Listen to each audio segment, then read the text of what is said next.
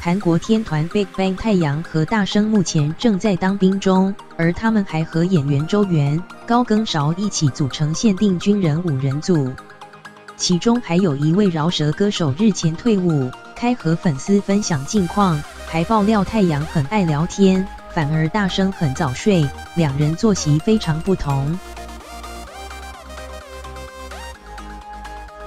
韩星 BinZino 太阳很爱跟你对话的类型，所以就会一直的聊天。大生是一到晚上10点就会很困的孩子。韩国饶舌歌手 BinZino 开和歌迷分享，和他一起当兵的 BigBang 成员太阳和大生在军中的作息。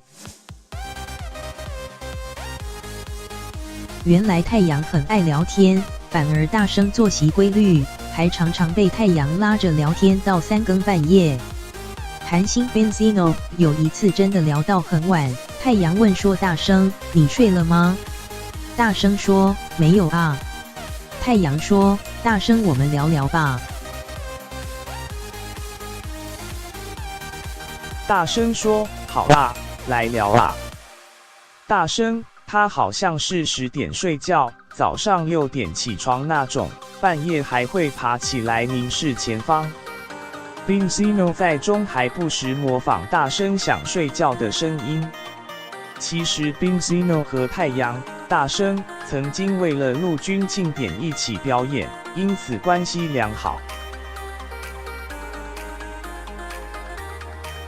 不过他率先在2月退伍，太阳和大生则要等到6月才能离开军营。而这段期间，韩国音乐节目有了新制度，想一睹偶像录制音乐节目唱跳的风采，进场前可要先通过身高测量。因为最近有网友发现进棚录影前竟然有个架子用来量身高。